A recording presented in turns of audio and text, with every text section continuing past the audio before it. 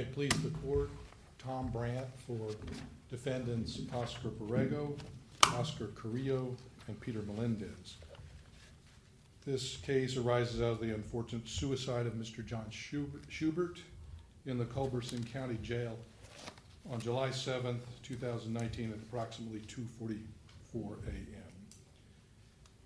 I would like to focus the court's attention on two concepts and two mistakes. The first concept, both of these concepts come from this court's opinion in Borrego as well as Cope versus Cogdell. The first concept is that suicide is inherently difficult for anyone to predict, particularly in the depressing setting of a jail. That's a quote from Borrego. The other one is, the second concept is that generalized evidence of mental illness is not sufficient to raise a reasonable inference of a substantial and significant risk of suicide. This court in Borrego stated as much and said that it's been reluctant to hold that generalized evidence of mental illness invariably indicates a substantial and significant risk of suicide. Those are the two general concepts that I wanted to begin with. And I want to also now move to the two mistakes. These are the two mistakes that we contend the district court made. First of all, the allegations are not sufficient. And second, no case put the defendants on notice.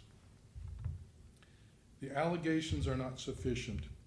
They do not support the reasonable inference of a substantial and significant risk of suicide. Along that line, because we are here on a motion to dismiss where qualified immunity was dismissed, so you're correct to be using the term allegations. And I have not gone to back recheck, but does the complaint, which is what we're looking at, the well-pleaded allegations in the complaint, does the complaint allege that Schubert was detained under Texas Health and Safety Code 573.001, paren 1? I believe the answer is no, and it's a very lengthy complaint, and I've read through it. It does not, to my mind, it does not say that. And the facts of the case are clearly demonstrate otherwise, because what happened was, as you know, there was a 911 call that came in, and it came into jailer dispatcher Borrego. He was both the jailer and dispatcher. It came in from Mr. Schubert saying, someone is trying to kill me. Then the second call came in from an off-duty police officer saying, there's a fellow here who claims that somebody's trying to kill him. Then a third call came in from the El Capitan Hotel saying, there's a fellow here who says somebody's trying to kill him. Jailer Borrego, who was also the dispatcher, dispatches Deputy Peter Melendez. Melendez then goes, looks around for him, finally finds him at the El Capitan Hotel, talks to him, assesses him, tries to find out who he is, and he gives him a wrong date of birth. So he cannot find him on the system. So he's then thinking, okay, how do I help this fellow? And you have to understand, at this point, there is no clear indication, other than the fact that he's saying someone's trying to kill him, and that this is obviously someone who's mentally disturbed. It's not like you can automatically make that assessment. He's trying to help this fellow out, and he's trying to identify who he is. So he then takes him to the Border Patrol Station, which in that area of the state has much better resources, and it has an ability to take fingerprints and run them through a system, and they find out who he is. They find out what he did was he gave his year of birth was wrong. What he gave that to Melendez. And there was probably a reason for that, but that was because there was a warrant out for his arrest. So he then, Melendez, who was taking him just to try to help him and get him identified, then realizes, oh my gosh, I have to arrest this fellow because he's got a warrant. And the warrants say command. For our understanding, you're restricting yourself to allegations in the complaint, not your understanding. Yes, and I would also add to the court that in our motions to dismiss, in the complaint, there's reference to the Texas Rangers report throughout. And so what we did, and portions of that report are attached to the complaint. So in our motions to dismiss, we also attached the statements that each made. So Sheriff Carrillo made a statement to the Texas Ranger, which, as you know, after every custodial death, there's a Ranger's report, an investigation. So those statements are also attached. So that's in the record. Well, I'm not sure we can look to those statements, though, in deciding whether the complaint contains well-founded allegations that would give basis to a claim. I would say, Your Honor, that in this circumstance, it is appropriate because of the way that the Texas Rangers report and findings were central to the complaint itself. So in that circumstance, I won't argue with you about it, but I think you're going up the wrong trail on that. Well, nevertheless, Your Honor, with respect to the events, at that point then, Deputy Melendez knows that there's this fellow in front of him, Mr. Schubert, who is saying that someone's trying to kill him, and he also knows that there's a warrant that says parole violation. So at that point, he knows he has to arrest him. He has to arrest Mr. Schubert for the parole violation because a warrant says you are commanded to arrest. Any peace officer, you're commanded to arrest. So he does. You're still answering what it wasn't 573. Yes. Okay. So this, when you your time's going to run out. I think there was an important question, and I think I understand your answer. But isn't it plausible that the complaint alleges that by putting him into an isolation cell, that means they knew he was mentally ill and a risk of harm, and that's why they didn't ask him the suicide screening questions? No, Your Honor, I don't think that's reasonable. I don't think that's a reasonable inference. Okay. No, because that is sort of the inference they're suggesting. Yes. Well, and going back to the allegations and then the case law, right? Because they have to do two things. Let's deal one at a time. Let's deal with mistake number 2, the case law. I tend to agree with you that it seems like we've really required actual knowledge of self-harm risk. But sticking with the insufficiency of the allegations, if it were true that they knew the person was a risk of self-harm, and that's why they put him in an isolation cell to watch, but then they didn't notify health authorities, that would be a sufficient allegation to allege deliberate indifference, right? If they knew that. Perhaps it would be, but that's not what we have here. Okay. Because what we have here is the individual defendants all not cluing into the fact that suicide is in the future for this fellow. All they were saying was he was interested in self-preservation. Yes. He was saying, they're trying to kill me, please help me. No one else, I'm not trying to kill myself. I'm not trying to kill myself. And every other case has come out. What's jumping out of this case, of course, is that they didn't do the form that Texas wants them to do. Yes. And could one infer that they didn't do it because they knew the answers would be negative and they'd have to refer them to health authorities? They're understaffed, they can't do it. Right? You're looking at me quizzically, but I think that's their case. That is a reach, Your Honor. I don't think that's a reasonable inference when you're looking, particularly when you look at the case law, which says when can this inference be made of a substantial and significant risk? It has to be actual knowledge. Okay, and you can speculate as to things, but what they actually knew was he was there. He said, somebody's trying to kill me, help me, and he's there. Otherwise, he's talking. He's delusional. He's talking about harm. Well, but he's only delusional if those facts are not taken to be true. Why would you assume? Let me ask the same question another way. I'm just testing the points. It isn't necessarily what I believe, but why didn't they just use the form they're all supposed to use? Understand? That was an unfortunate lapse in the protocol. Yes, they should have done that, but they didn't, and I think it had to do with just what the sheriff did himself was came late at night, came to the jail to investigate and talk to the fellow, and talk to Mr. Schubert, satisfied himself that he was okay, wrongly, obviously, but did talk to him, thought he was... So I'll just say again, sheriff comes late at night, he's thinking, I can't bother anyone else, I don't want to get him to health authorities, But I know he's mentally ill, and he might say he's a risk of self-harm if I ask him the questions. So I'm just not gonna ask him the questions, but we'll cover ourselves and watch him by putting him in the isolation cell. That's a conspiracy theory that's not supported by any Okay. factual pleadings at all or the investigation that's been made. Yeah. There's no suggestion at all that this was a conspiracy of 3 people to allow this man to kill No, it's himself. covering up understaffed, and they can't ask the questions everyone is supposed to ask in jail, especially of mentally ill people. Right. And this is a small jail, and we're a small staff. And 2 of the people previously, isn't it correct, it's in the record, Carrillo and Melendez had been involved with a woman who then commits suicide. That is correct.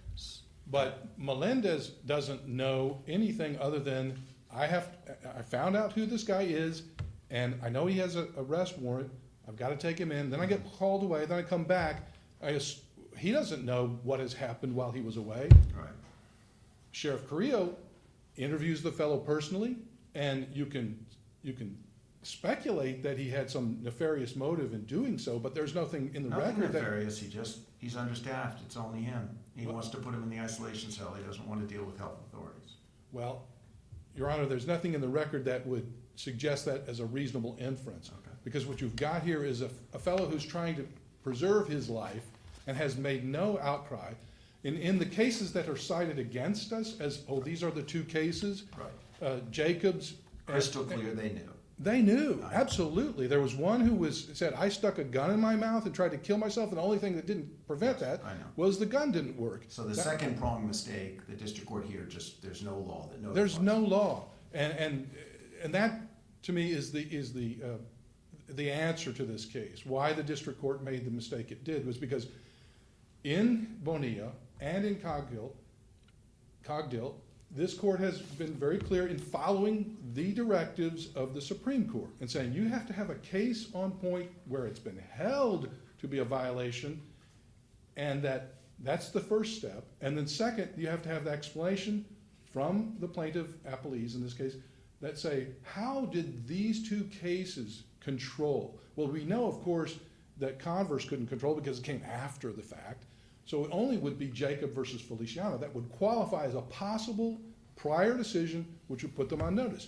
And we know from Jacob versus Feliciano that they absolutely knew that this person was suicidal, and they put them on a suicide watch because the person said, yes. Let me ask you, Counsel, are you saying that looking at clearly established law, that the only clearly established law that we need to be or can apply is one that says if you are absolutely sure, then there can be liability? Because what the district judge here did, looking at Jailer Borrego, she summarizes, the district judge summarizes what she thought was enough to put him on notice, and witnessed the conversation between the sheriff and Schubert, where Schubert said, information that, and she doesn't say what it is, would further support an inference that Schubert was at risk of suicide.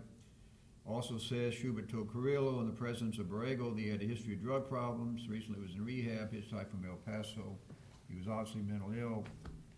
Reasonable inference from that she makes is that he should have been put on suicide watch. So that collection of facts may be certainly a far field from absolute certainty. But are you saying that absent a case that says that reasonable people would understand this person was at risk of suicide, then there can be no liability until such a case is handed down? Well, isn't that really what the law is, though? Qualified immunity protects I know, but what do you say the constitutional standard is for the actual knowledge is the Of first. what? Of a substantial and significant risk of suicide. So what the There has district to be- judge was saying, I find these collections of facts create that inference. Yes, but no prior case had decided that those facts were sufficient. And because of that, qualified immunity attaches for those individuals, because they were Well, not. does that mean unless they have information from this detainee that he once put a gun in his face, inside his throat, and tried to shoot and it didn't work, that those are the only facts that would make this kind of certainty? I'm not saying those are the only facts, but there's So it's been, going to be a variety of facts. there are a And variety so of facts. the issue is, do those facts constitute the kind of do they qualify to meet the standard? The facts Of the alleged certainty. do not. They do not. On the sufficiency of the allegations, number one, they do not. But even accepting that for a moment, I see my time is up, but even accepting that for a moment, under the qualified immunity rubric that the Supreme Court has laid down and this court has adopted, there has been no case of similar circumstances where a jailer has been held liable. So there was no fair notice to these individuals that they would be held liable if they, in these circumstances, didn't immediately engage the Well, protocol. these facts may not be enough, but I'm almost getting the impression from your answer that that the only facts that would meet the standard is evidence that this person tried to kill himself in some way before. Those are the only So you agree facts with that that? have been, So that this absent court that has. in this record, that there's no clearly established law. Absent some evidence that he had once tried to kill himself before, or was there's no suicidal at clearly the point. established law. If he was saying, I want to kill myself, instead of saying, I want to preserve my life, yeah, if he was saying, I want to kill myself, then they would have actual knowledge of a suicidal ideation, and they would have to respond to that. But those are not the facts. Thank you, Counsel.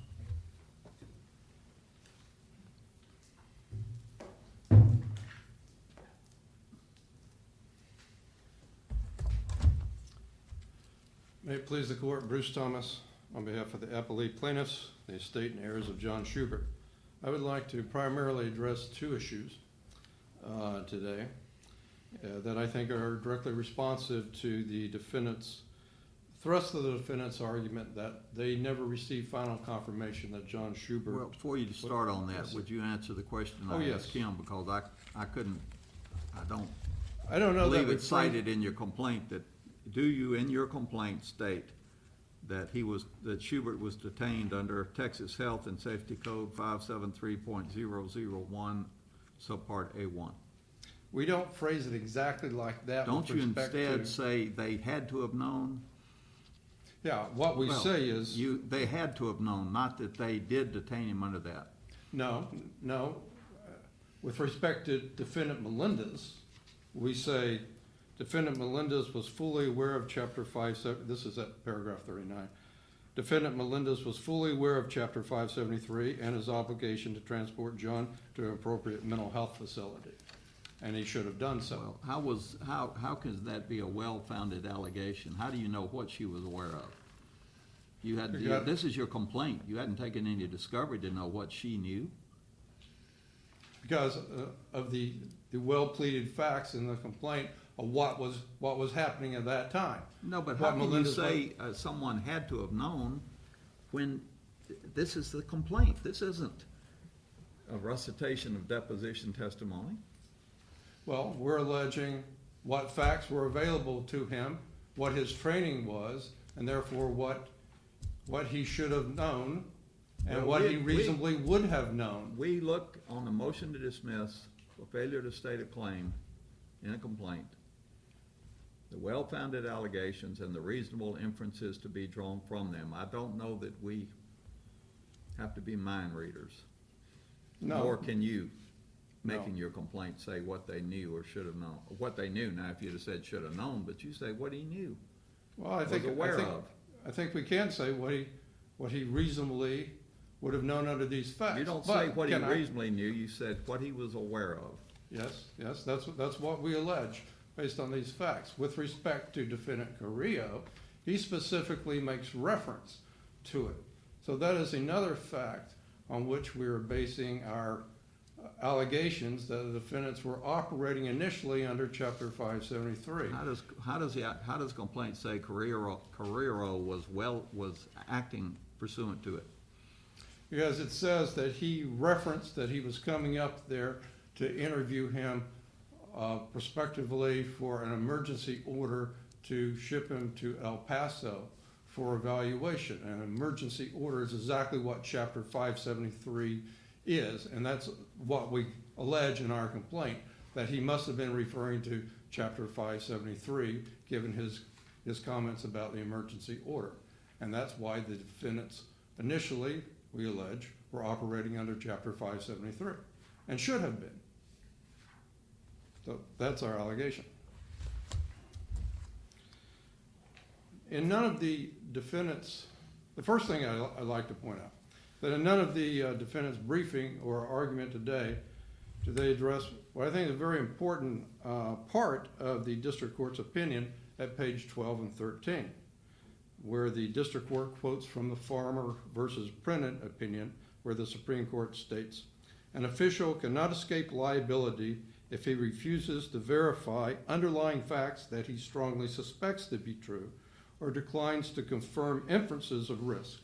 An official may be liable for failing to protect a detainee when officer is aware of a high likelihood of harm to the detainee, but resists opportunities to obtain final confirmation." That's what we allege the defendants were doing here. At the very least, it's a fair inference that the defendants highly suspected John was a danger to himself. He was engaging very alarming behavior, running around town late at night, shirtless, running up to people, running up to strangers, knocking on doors, claiming someone was trying to kill him. So much so that they sent Deputy Melendez out there to find him.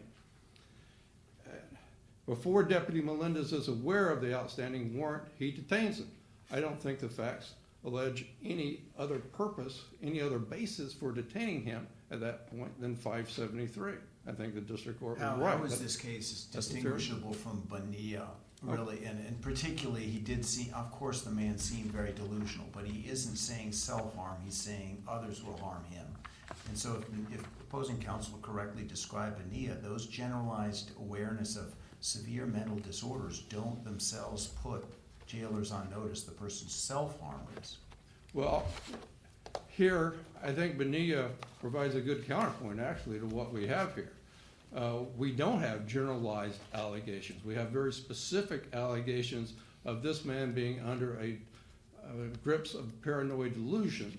And the district court, I think, correctly said that obviously when somebody's under grips of paranoid delusion, that they could be a harm, they are likely to harm themselves or harm other people. So it's a counterpoint, but what case specifically says mental illness, where there's no statement, averment, evidence of self-harm, no self-inflicted wounds, puts jailers on notice that the person has to be put on suicide watch? What case do you have as opposed to a negative? We don't have a case that says, that has those facts. But I think I have two responses to that. Okay. Number one, the analysis here is the first prong is an evidentiary issue. What evidence, what allegations do we have, and ultimately evidence do we have for the factual determination that the defendants were subjectively aware of a risk of harm? And that's determined by circumstantial evidence or any evidence that we have. If that favorable fact is made for us, that they were subjectively aware, that's when the clearly established law prong comes in, on the second part of the test. It looks to me like understaffing and maybe negligence. You should just ask every question you could of someone who's saying he's going to be killed by somebody else. But it's just hard to see on this complaint where there was subjective awareness of self-harm. Well, there was subjective awareness of self-harm on two bases. Okay. First of all, under the Farmer case, they don't have to obtain final confirmation of it as long as they strongly suspect it. And here, they went out and detained him and were contemplating a 573 emergency order and sending him to El Paso. So at least we're entitled to a fair inference here that the defendants had highly suspected that John could be a danger to himself. And then, as you pointed out in your earlier question, this is exactly what we're alleging here, that the defendants betrayed their subjective knowledge when they put him in the cell. They didn't just, if they really believed that he wasn't a danger to himself, they would have treated him the same as any other detainee. They would have just housed him with the other detainees, but they didn't do that. But he thinks other people are going to kill him. makes sense to not put him in with other people. Well, that's one inference that you could draw, but I think the favorable inference Yeah. that should be drawn for us is that they put him in that cell, one, because they didn't trust his answers, they didn't believe him, and they had come to the conclusion that he could very well injure himself. And secondly, what the jailer says when he puts him in his cell, the jailer tells us that they put him in cell number 4 so that they could keep an eye on him better. The exact words were easier to keep an eye on the subject. So why did they need to And keep how is an eye that, on? how's that pled in your complaint? How's that pled in our complaint? Right, why they put him in the cell?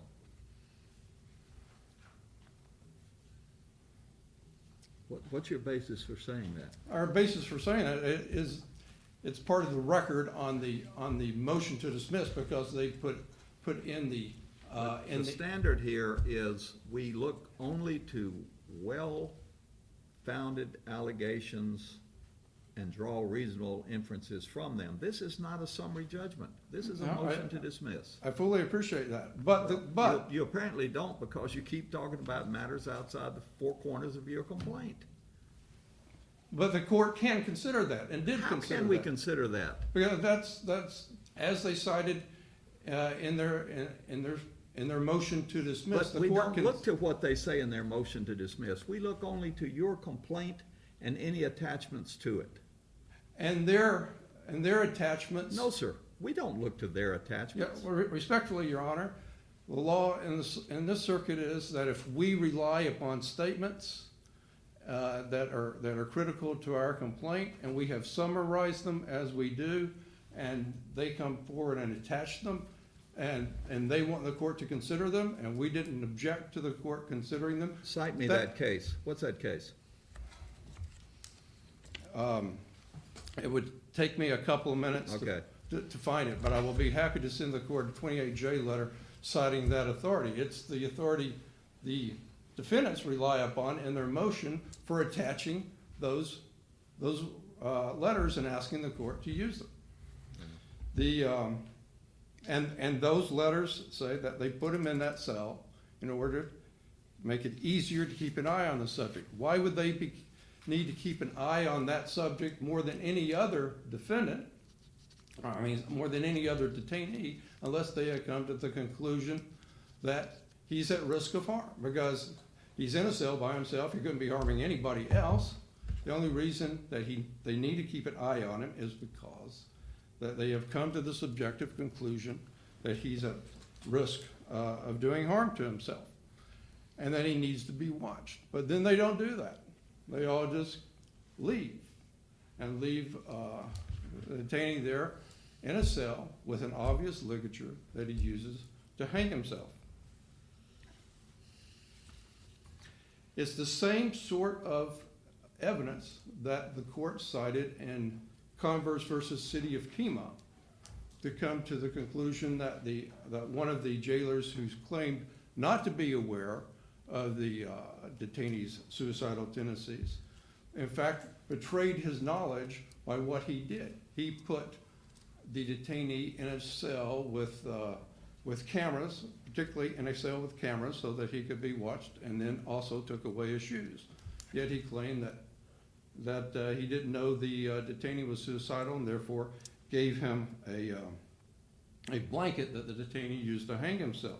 Let me ask you this, I think you are emphasizing your best allegation, and I want to see what else there may be. What you need is sufficient, an allegation, it seems to me, let me posit this anyway, sufficient allegation to create an inference that the jailers, one of these defendants or more of them knew, subjectively aware that this fellow was a suicide risk. There may be more to it than that, but let's just leave it at that. The fact they put him in a single cell to keep a better eye on him is at least something. What else do you have that's in that mode? Not what they should have, not what Schubert had said that you think should have created this inference, or created this knowledge. What else is in your complaint that actually is an inference that they knew. Not should have, but they actually knew. And I do think the single cell is headed that direction. What else is there? Well, the fact that they knew he was delusional, that he was under the grips of a paranoid delusion. Okay, but I That still people think were- the problem for that's been discussed in argument so far, question so far, is that mental illness is not the same thing as having suicidal tendencies.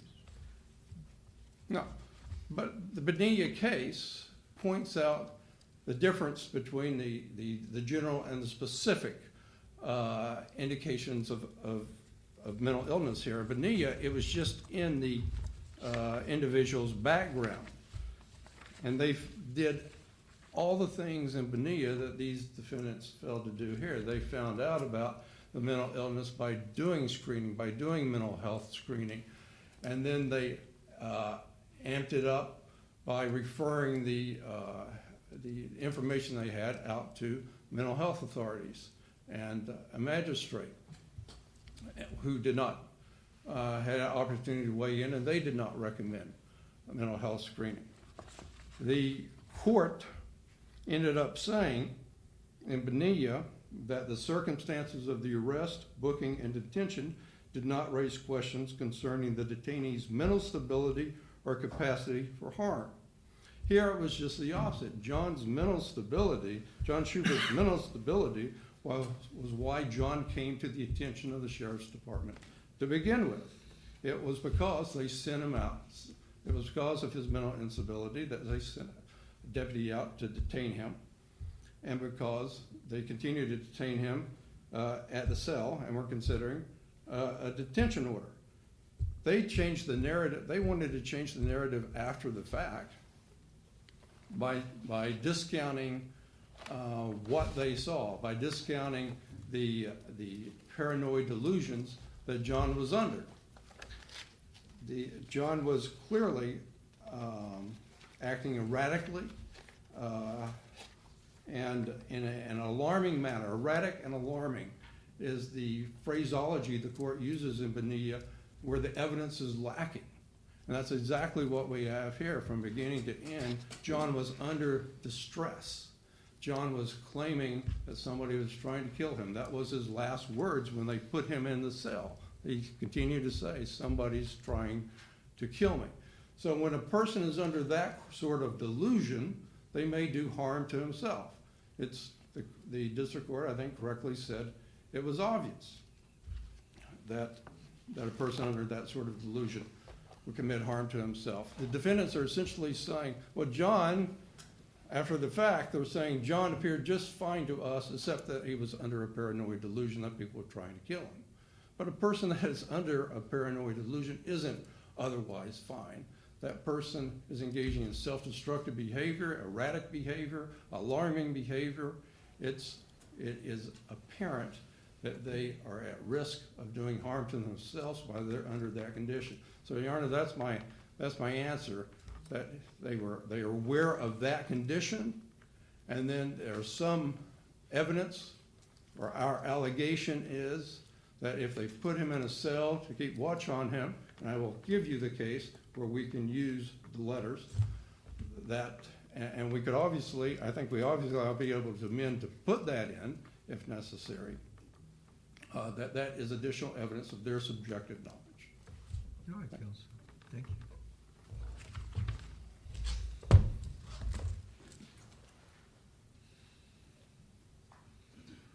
You don't have much time. Yeah, I'll be quick. Do your best. Good I don't know what time it is, but it's probably still morning. Good morning. And I'm Brandon Duke on behalf of the various amici who are disability rights advocates and mental health advocacy organizations. I want to hone in specifically on 573 and the screening form requirements. And just like Judge Barksdale mentioned, that this was a motion to dismiss stage, so the pleadings and the standard, would be what was pled and whether or not, you should read them in the facts most favorably to the plaintiff. I think the district court was correct at record site 638 when she said that the facts viewed most favorably in light of the plaintiff is that Deputy Melendez detained Mr. Schubert pursuant to 573. I think the facts as alleged support that, both the fact that he was, detained before he was identified. He was detained and then taken to a Border Patrol facility, identified, and that's when the warrants were identified. So that period of time when he was originally detained had to have a basis, and we believe that there's a reasonable inference that 573 was that basis. And so with that, along with the screening, we wanted to, in particular, emphasize that the state of Texas has adopted both 573 and Section 273 of the Texas Administrative Code specifically to address these concerns of death by suicide in jails, because it is a large, long-standing, well-known, pervasive feature of jails. And so, because of that, far too often those requirements that the state of Texas has adopted as policy have been ignored. And separately, we also think that it goes to, I think what Judge Higginson was potentially referencing, it goes to the knowledge factor, both with respect to 573, because in order to detain Mr. Schubert, the deputy needed to have acquired knowledge that there was substantial risk of harm to Mr. Schubert or to others.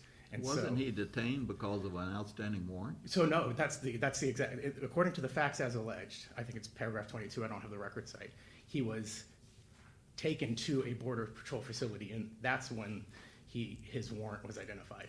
So there was a period of time when he was taken from the El Capitan Hotel to the border facility by the officer, and he was taken pursuant to 573. So he acquired that knowledge based off of the statute alone. And then separately, we want to emphasize that the screening requirements don't just make it reckless to not do it. It is state of Texas policy that officers shall, jailers shall, as soon as someone arrives to jail, proceed to forward with the screening. And if the screening can't be completed or otherwise or other indications occur, jailers are required to provide protection from suicide, including putting them on suicide watch, because that's the requirement. It doesn't. We think that goes to whether or not there's a reasonable inference of knowledge, because the state of Texas says you must do that. So it's effectively the state imputing knowledge on the jailer up until the point that they complete the form and disclaim that knowledge. Thank you. All right, thank you, Counsel.